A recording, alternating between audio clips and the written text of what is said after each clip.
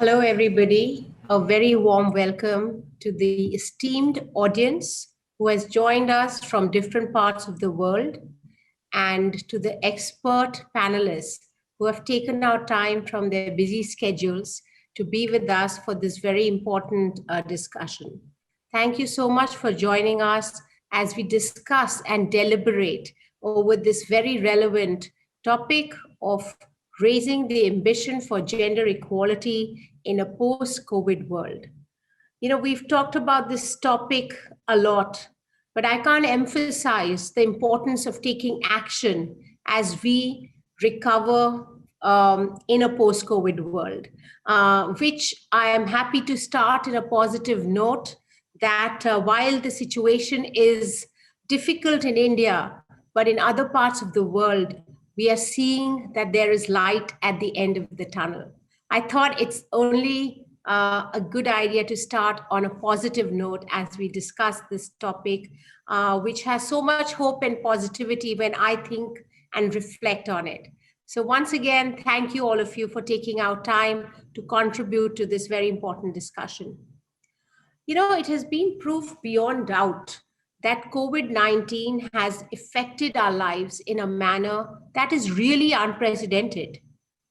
And not only our lives, but it has also affected the economy, our healthcare system, jobs, and a whole lot of other areas, which really we hadn't even thought about before. We never really thought about this bullet, or should I say a bomb, which will come and strike us. And but as they say, all challenges also result in innovation. And I'm looking forward to working with all of you and many others to find solutions to new issues and problems as they crop in a post-COVID world. As we know that the pandemic has really impacted women a lot more than it has impacted men. And that's a fact. If you look at some numbers out there, the World Economic Forum's 2021 Global Gender Gap estimates that it will take an average of 135 plus years for women and men to reach parity. Now, as a woman on this panel, it scares me. It really scares me, not only for what my generation has to deal with, but multiple generations have to deal with in the coming years. And it is only our obligation to do something about it and to do as much as we can.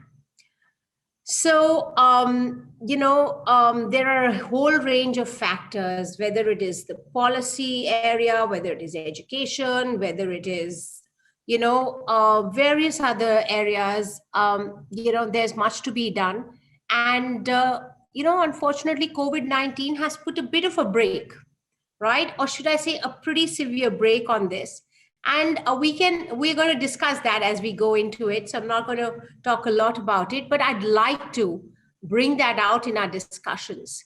That what was this journey we had stepped the pedal on, and what are the areas we need to be mindful of so that we can accelerate this as we get into the post-COVID world, right? So that is what we really need to deliberate, identify in very specific ways, and come up with solutions so that we are not waiting for another decade to see and discuss the impact of the post-COVID,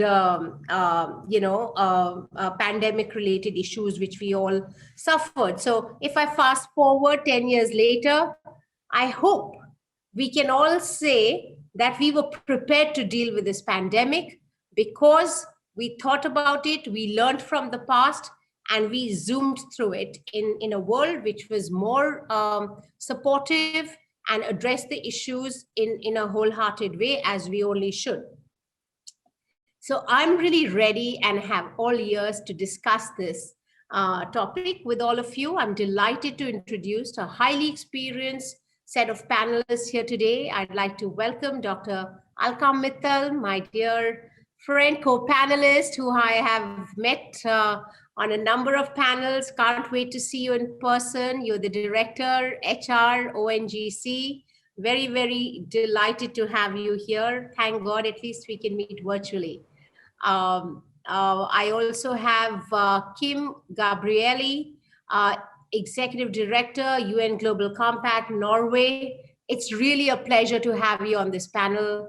It is so empowering to be able to discuss issues across the globe, courtesy this platform where we can share our learnings, where we can share our experiences, and learn from each other. I think that is the most powerful way to collaborate and get things done. So thank you for joining us today.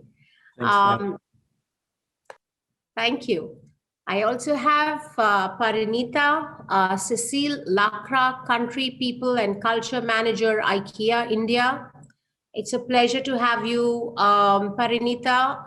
Thank you for taking out the time to be with us. I also have Zainab Javed Patel, Director, Inclusion and Diversity at KPMG India. Thank you so much for taking out the time to join us.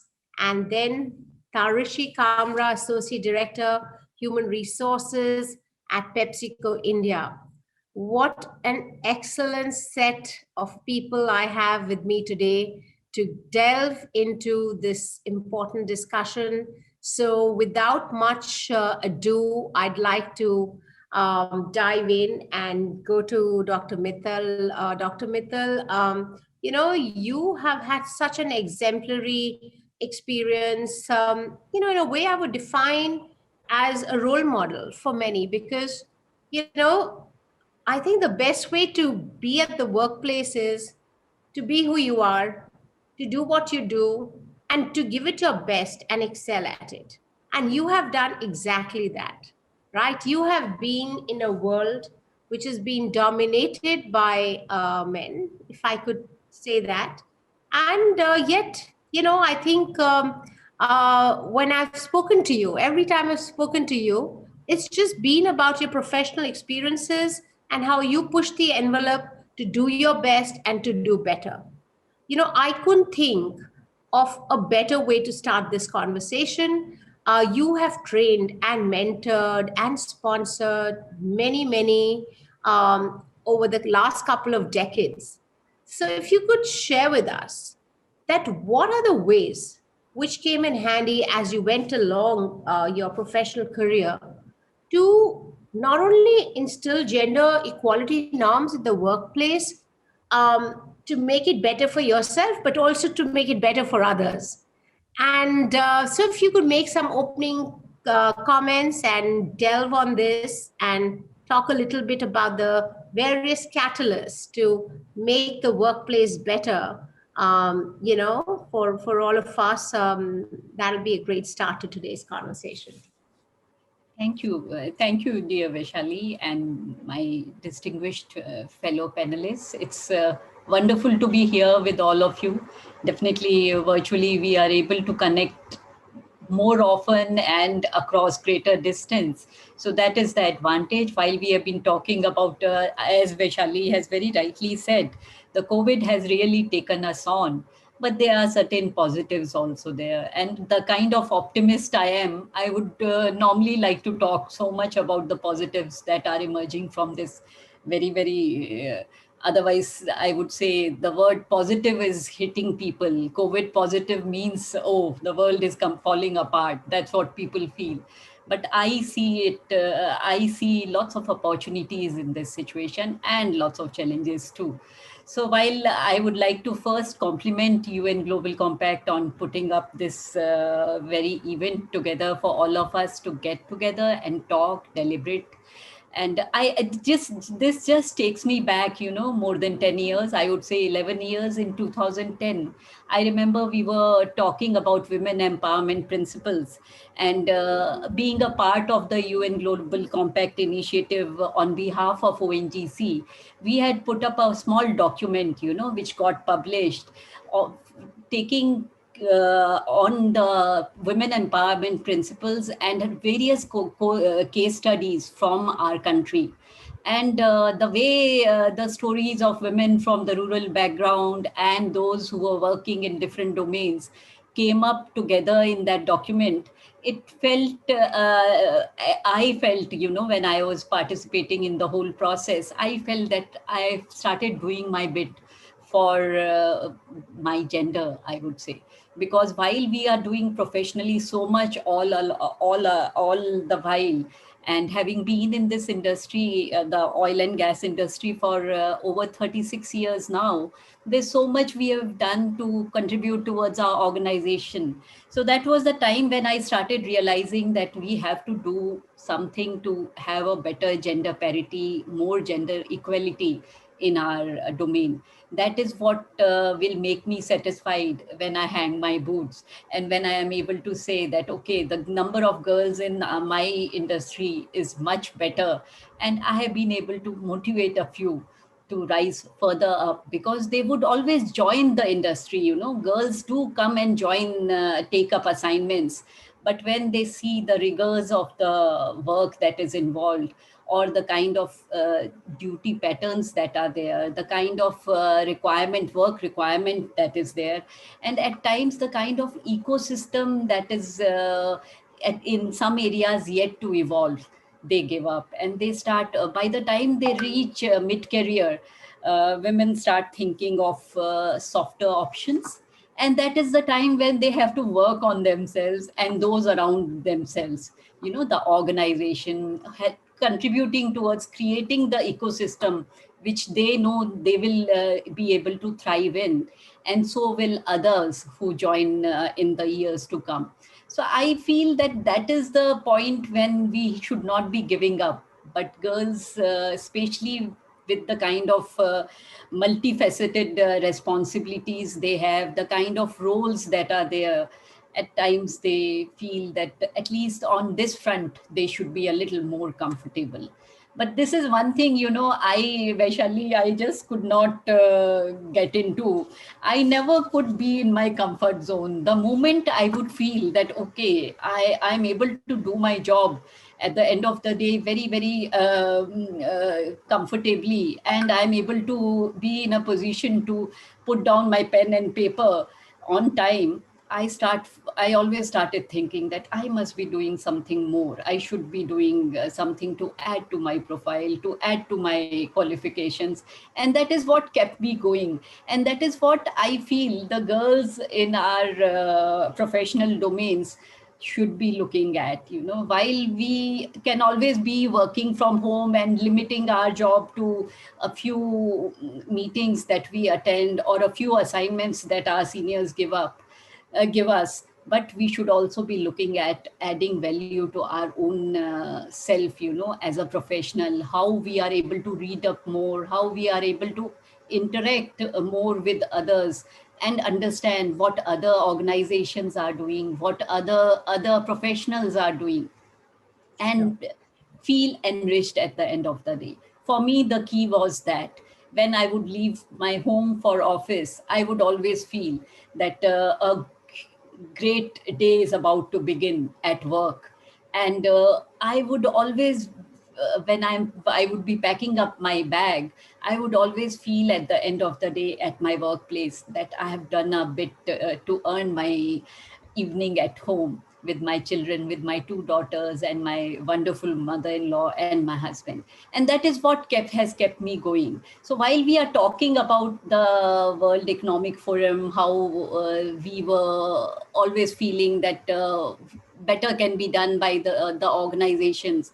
And ILO also said that, has mentioned that there are less women at senior levels. In fact, only 30% of the women reach the senior levels. So we have to look at how we can build up numbers for the women. And the challenges we all know, the lack of girls taking up STEM courses, women not able to continue beyond the mid-career positions, as I just mentioned. So the requirement at our level, when I was entering the slightly senior level, I realized that the requirement is to create that environment where first the basic hygiene factors are taken care of. for ONGC, since we are present in the fields, we started talking about ensuring that good washrooms are available for the girls. And also, when they are to travel at late hours, vehicle should be there for them, a dedicated vehicle, because at times security is one issue which keeps girls, holds back girls from moving forward. And while we were talking about this, once I took over as Director HR of ONGC, and I was visiting different fields, which I had been doing before that also. I always used to feel that the dangri I am donning on, the dangri I am in, the overall, is not very comfortable. It's not customized for women.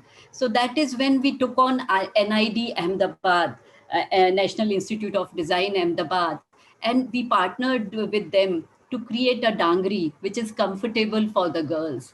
And let me share with you the 161 girls who are there in the fields of ONGC, in the oil fields, who are working day and night, who are working in different shifts.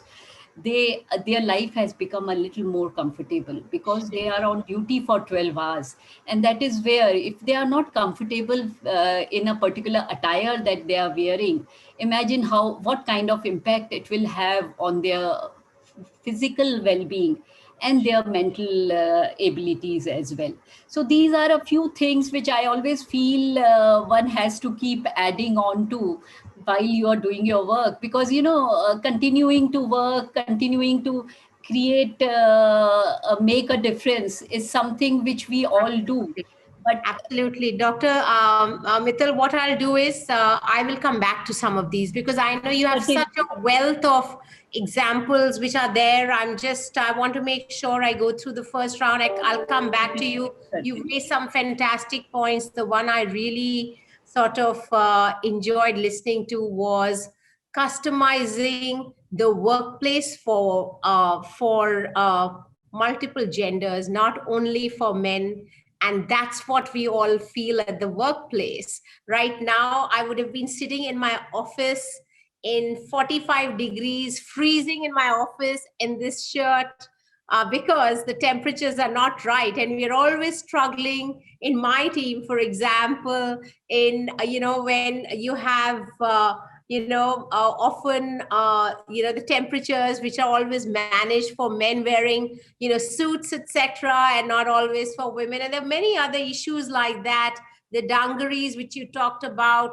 What an innovative way to find solutions at NID, and we need so many more. And you can only do it sometimes, I feel, if you've gone through it. And so therefore, it's great to have you in this role and working in this direction. I'll come to you, Kim. You've been at the forefront of sustainability and gender-based discussions all around the world, pretty much. And what do you see as the biggest challenge and hurdle with regard to the gender parity balance, which we all seek in a post-COVID world? I'd love to hear your thoughts on that. Let me just first send all the best thoughts to India for the situation you are in the middle of. And I must say I'm impressed of the positivism you're trying to show, all of you here in this talk today. Let me just start out saying that to close the gender gap also in companies is just a moral imperative. It's women are not a minority. Sometimes it's even the majority. So that's just starting out there, and also saying at the same time, there are so many reports by now that shows that it's also really good for business. Just like the Chinese say, women hold half the sky, holds half the societies. If we lose out on all the competence and all the all the things that women bring to the table, we are losing out. So this has been an important thing for Norway for many years, and a relatively successful history of gender parity in the country, also in companies. But of course, we also only have 20%, or we went down to 19% of women or workers in the oil and gas industry are women. So we only have less than 10% of CEOs amongst the 100 largest companies being women. This, despite all the work that have been going on for many years, all the regulations. On the on the COVID. So the last numbers I looked at was OECD PwC report that says that we are now back to 2017 numbers on gender parity in the world, on the balance in companies. It doesn't sound that bad, you know, it's only 4 years back, right? But if you look at the bigger picture, we saw that for the first time since 1990, the numbers on extreme poverty is going the wrong way. I think we can also assume that it will affect one of the great numbers we saw from 1990 to 2015, and that was the fact that we halved the amount of girls that didn't start in primary school. So, I mean, we saw a really good development that started early in life. And I think it goes back to what has already been said. How do we adapt daily work life to the needs of women? How do we build toilets that are for women? How do we adapt the whole sort of work life, including paternal, not only maternal leave, but also the one for the father? And I think this is one of the things we see now, that in the Norwegian context, we are really lucky. I mean, we have an oil fund, we have a good economy that has been keeping the work life quite, you know, even though it's very digital, it's still quite similar. But I think on the gender perspective, there is the challenge of getting from you know, things like women empowerment principles and down to the concrete work at work. And then the question is, who are losing the jobs first, right? How do you ensure that the CEO says, of course, women and men are equal, when we are now firing people because we have to due to the economical situation? And I think this is what we see very often, is the importance of having the, you know, the decision on the top that we're actually going to focus on this, not only in leader positions, but also in procurement, what sort of expectation we have to our customers. And I think this is the most important thing. And I think this doesn't change in the COVID time. It's still the same. We need to put this high on the agenda. We don't have, you know, we don't have the opportunity nor time to lose out on all the competence and qualification that women have. And especially in a small country like Norway with only 5 million people, you can just imagine if we took away half the population. It's not a place to go. It's a moral imperative to change that also for us. And we need to remember that World Economic Forum have tons of reports that show that the returns are actually higher if you have more women in the company and in the banks. So that's, I think that sums it up for me, and I'm happy to, you know, come back to some of the questions later. Thank you so much, Kim. Thank you for that perspective. And, you know, you're very right in saying that, you know, as we go back to work, as we kind of bounce back, you know, with technology making working so convenient, it's actually a little bit of a false convenience for women, because what happens is, while it's convenient to stay at home, the workplace is struggling because of the economic reasons you just outlined. And so what happens, you know, is FaceTime more important? Is that actually not going to help women? So we have to be on our guard a little bit and make sure that we foresee the risks of some of these so-called advantages which are staring at us, and we make sure that we don't get consumed by it. So it's just a little bit of a warning to my women colleagues, and especially some of the younger ones who are really struggling with young families, where it's actually very difficult. That's the toughest part in the graph of a woman's career.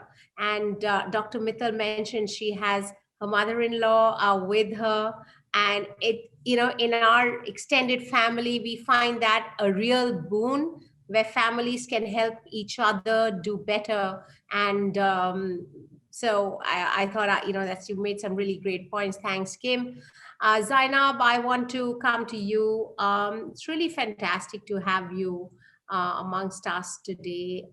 You know, I have seen you speak so eloquently about, you know, how the British colonialism in India had criminalized transgender community, and you know, and truly the community has been marginalized for a long time, And we really do need voices like yours to be able to do better as far as just understanding this issue. And today I would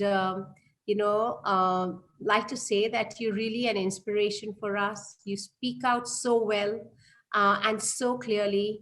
I'd like you to share with us today what are the challenges you face in an already very challenging situation we are all in, right? It's almost like a double whammy for where you are. So please share some challenges with us today. Once again, thank you so much for being with us. Thank you, Vaishali. I'll be mindful of time and try to be very concise in what I said. So, interestingly, we talk about COVID times. And if I look at the entire, it's been a year since the WHO, talked about COVID, brought in this international emergency, etc. But for people like us, people who come in from diverse sexual orientation, gender identity, expression, sex characteristics, whether it's an act of resistance, it's an act of support, healing, they are always a part of a life and struggle. Whether it's a dream that's held fast, a fist that's raised in solidarity, a ear that's providing listening support, any kind of life-preserving act, whether it's seen or unseen, it's big or small, are performed every day in our lives in the face of latent stigma, discrimination, and violence. And I talk about this not only from the perspective of being a transgender woman. I also speak on the intersectionalities of having a Muslim name and an identity, that of also sharing the gender identity of being a woman. And all of these get so compounded.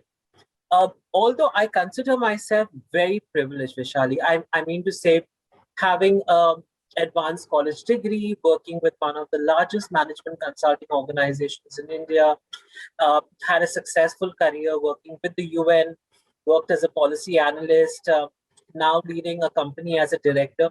So definitely there is a lot that I have been able to accomplish. But if I look at every region of the world, I think even with the most advanced countries which offer protection on grounds of sexual orientation, gender identity expression, people like me, people who I share a common identity and expression with, are routinely denied their rights to freedom, to safety and equality. We are talking about gender equality, but I would say the right to freedom and safety, which would kind of walk hand in hand, or at sometimes even precede the right to equality, go often bashed up. I mean, people are bashed up for being who they are. They are outlined. They are murdered for whom they are. And I remember very clearly when the Nirbhaya case happened, and I was working with the UN system in India at that point of time. And I remember attending a panel discussion right after that, because we had the 14 days of activism happening. And I remember telling that we have so many Nirbhayas in our community, and unfortunately, no one to talk about them. Because, there's an African proverb that goes that, history will always be kind to the hunters until lions start writing their histories. And I think it's time that people start talking about their stories. And I think people like me, people who have broken boundaries, who have challenged, we talk about the glass ceiling for women. And I think it's the concrete ceiling for transgender people, because I am not able to see the floor above me. So for me, I am my own benchmark. I have to break my own benchmark in order to perform better, and to perform better, to be a role model, to kind of tell the world that, there is something beyond the body, there is something beyond the expression, and look at me for what I am. Look at me for my ability for nation building, and look at me for my ability, because there are LGBT people in global COVID responses, in the climate change, fighting racial discrimination, fighting intersectionality, providing healthcare. And why is it that people who have these kind of identities continue to be roadblocks? And I think in the process of unbreaking the entire COVID-related system. In the process of building back, we are all building ourselves back and preparing for further waves of COVID and also kind of building our resilience. And that's where gender equality will have to be in the forefront. And gender equality, not in the sense of binary, but in the sense of the non-binary, bringing all genders to the table. And I'm not saying one particular gender is more marginalized than the other. There are intersectionalities. There are intersectionalities based on body, on religion, on geography, on ability.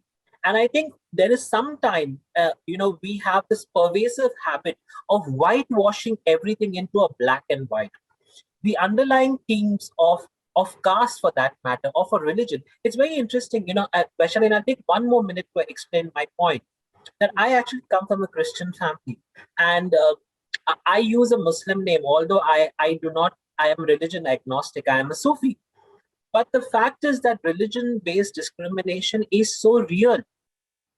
And I remember the day, when I legally changed my name, one of my colleagues from the UN system called me up and she said, why did you choose a name like Zainab in a country like India right now because of the political, social climate? Why didn't you choose a gender neutral name?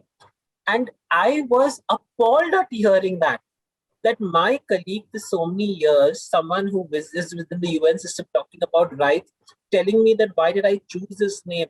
And I said that Zainab is one of the most powerful orators in Islamic history. And I took her name not because of the significance of what it means in Arabic, a beautiful flower, but the essence of women leadership. And it is women who are always leading in forefront and women who are challenging. Because if you look at what Margaret Mead said, that never doubt the capability of a few committed citizens, they can change the world. And look at our panel. We are all changing the way the world we are living in, the way we associate, the way we work. Look at what Alka said, in all of her experiences, in everything that Kim said, we are changing the world, even if it means working within the close cohorts of people that we are. And I think this is the most important block that we need to take forward. Thank you. Thank you so much, Zainab. What I would say, courageous story. And we need more voices, and we need voices which are louder. And, and that's the way, I think, if you go back in history, when you do anything which is, I guess, not as known, it's important, and it's our obligation to talk more about it. And we're so proud of you for doing what you're doing. Yes, I just wanted to add one point, because today a lot of people talk about feminism and, aggressive feminism, toxic feminism. But for me, when I see this beautiful panel, it's about leading with feminist principles. And that is redefining value and success. It's sharing power and credit. Look at us. We are building community, building relations, ultimately tackling the roots of oppressive structures and social norms. And that is holding back the progress of everyone. So I believe that this is the transformative feminist leadership that is going to face the unprecedented challenges of our time. Great. Thank you so much, Zainab. Appreciate it. All great points. I wish we had some more time on this panel so that we could be discussing this a lot more, but I'm sure we'll do another one soon. But thanks for your insights, Zainab. And Parinita, over to you. A very crisp question in the interest of time. We've heard that women are more likely to lose jobs in a post-COVID world, right? And so what would your advice be for women to be cautious and to ensure that they are looking out for the warning signs as we enter that street? Thank you so much, Vaishali. And I think firstly, I wanted to say a thank you for invitation to join this panel. And actually to have the possibility to talk and discuss on this very, very relevant topic. And with different perspectives from what industries are doing, what we are seeing socially. I think the acknowledgement, and we've placed that, the crisis has been quite demanding for women in the workforce and across industries. And if I may, I think from a retail standpoint, given that's the industry that, let's say, I would have a little bit more insight into, we've heard it, very similar. It's been huge responsibilities towards home, towards work, towards families. and also self. I think it's also important not to forget that. Interestingly, having said that, and something which Dr. Alka mentioned about, I also want to say, I think post wave one, what we saw that we have not just women and women leaders, they played an equal, if not a stronger role with resilience and with determination to actually come back, to setting up or restarting business. So something which Kim also indicated, that having women in business is really, really good and really important. And it's actually, from all dimensions, it's a thumbs up from the customer standpoint, from an operations standpoint, from a leadership standpoint.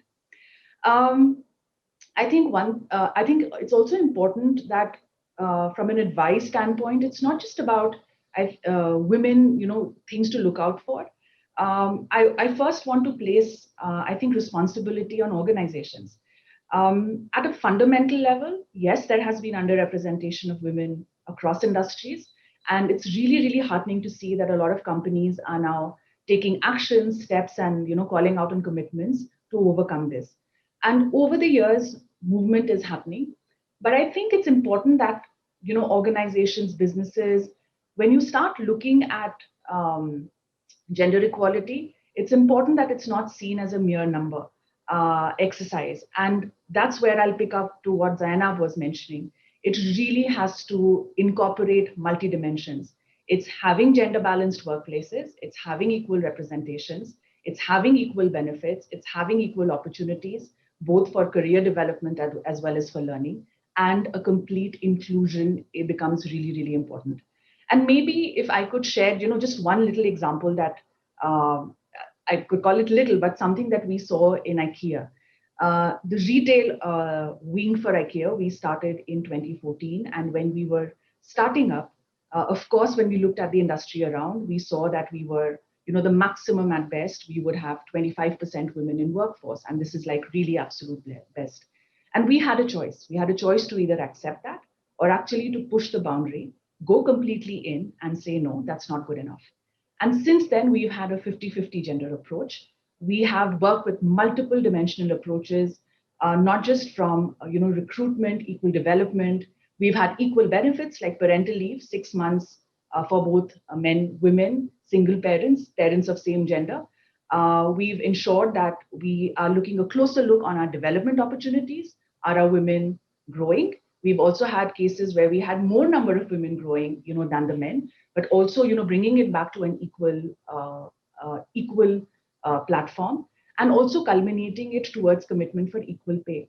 Because I think what's really important is that in organizations, we internally bring the mindset, we talk about it, that we build the awareness, and we also bring in commitment, which is more for the long term and not for the short term. In the pandemic context, I think, Vaishali, to your question, I think it's very important for women and actually all genders to talk about what we see around us. The awareness becomes really, really important. And like Zainab was also mentioning, picking from there, at IKEA, we look at equality as a fundamental right for every individual. So if we have things that are working, we celebrate that. And through conversations, if we realize that things are not working, then we start looking at solutions. We look at what we could do to improve that, because at the end of the day, it's really important that commitment towards equality is great, but if we do not have inclusion, it may defeat the complete purpose. So two organizations have full commitment towards this. It's really good, important for the business. It is something that the next generations demand. It's not something that is, for when we look at our children, they don't identify with what your gender is. Their perspective is absolutely towards equality. So for us to be relevant and to survive in the future, this is mandatory. We need to be, completely equal and inclusive. And for all co-workers, irrespective of gender, talk about it. I think it's very important to have heightened levels of awareness that we can talk about it and find good solutions in case we do not have one. Thank you. Thank you so much, Parinita, for those very, very insightful comments and the kind of role model, your organization is being And it's really music to our ears. I wish I was young and at work, and and I was privy to that security which comes with knowing that as you go out and plan a family and do things which are so important for this world to raise fine young individuals, that you have the support of an ecosystem. It's just not your partner, it's just not your family, it's not your organization, but it's the totality of it all. So it's really wonderful to see what IKEA is doing. Thanks for sharing those with us.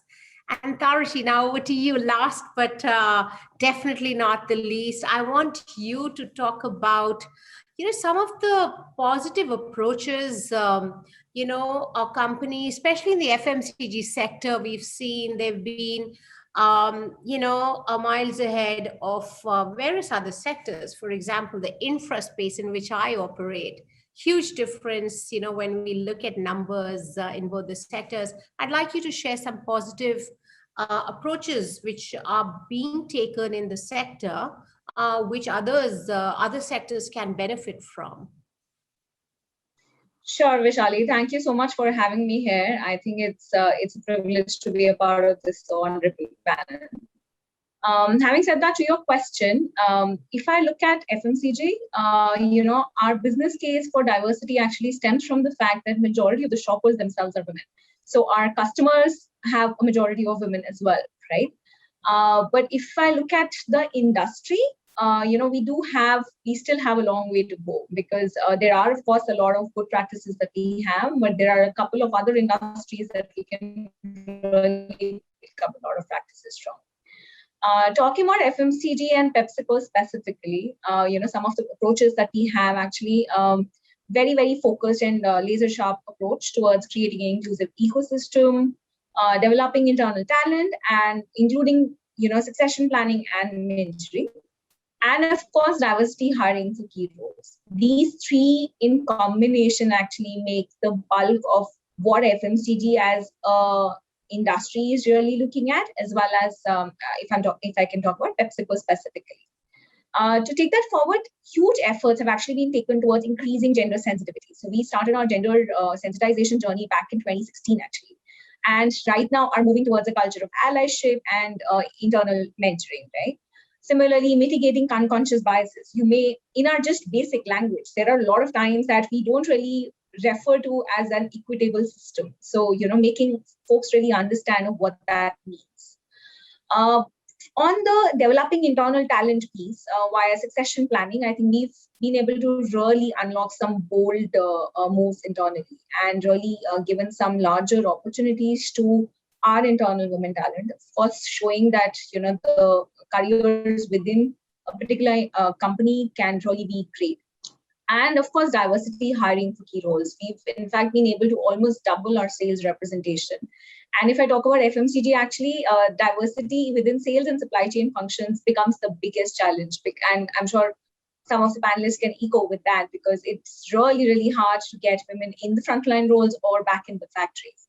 So really trying to add women out there in key roles, as well as trying to look at frontline changes, which can enable women to really come out. As well as a string of policy changes. We actually made our maternity leave 6 months much ahead of law. In fact, it was ahead of the law by years.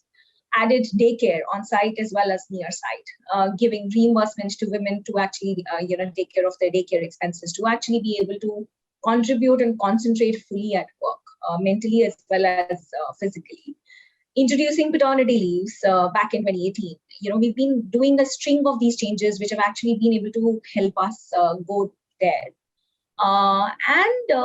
Pretty much that. I think the one thing that's common across FMCG industry, I think, is tone from the top. The leadership really helps make those changes. I'm conscious of time, so I'll stop here. Yeah, thank you so much, Tarashi. And so sorry that we couldn't hear more from you, but I'm sure we'll have another session, because I couldn't get into my round 2. But I think we sussed out a lot in our first round. So many diverse perspectives. I think I'd like to conclude by saying we just have to have the privilege of being who we are at the workplace, Doesn't matter what our gender is, where we come from, where we belong, our caste, our religion, nothing matters. It's about what we bring to the table to bring about the change we all want to bring together. So let's work powerfully towards that and look forward to many more discussions. I'd like to wish all of you, a lot of safety during these times, especially in India. Thank you for taking out the time to join us. And Kim, thank you for bringing in your perspectives from Norway. Very refreshing. And take care and all the best. Thanks for taking out the time. It was a real pleasure speaking to you and learning so much from all of you today. Thank you. And thank you to the Global Compact Network India for organizing this session. It was a pleasure moderating it. Thank you. Bye. Thanks, Yeah. Vishal. Thank you so much. Thank you. Bye-bye.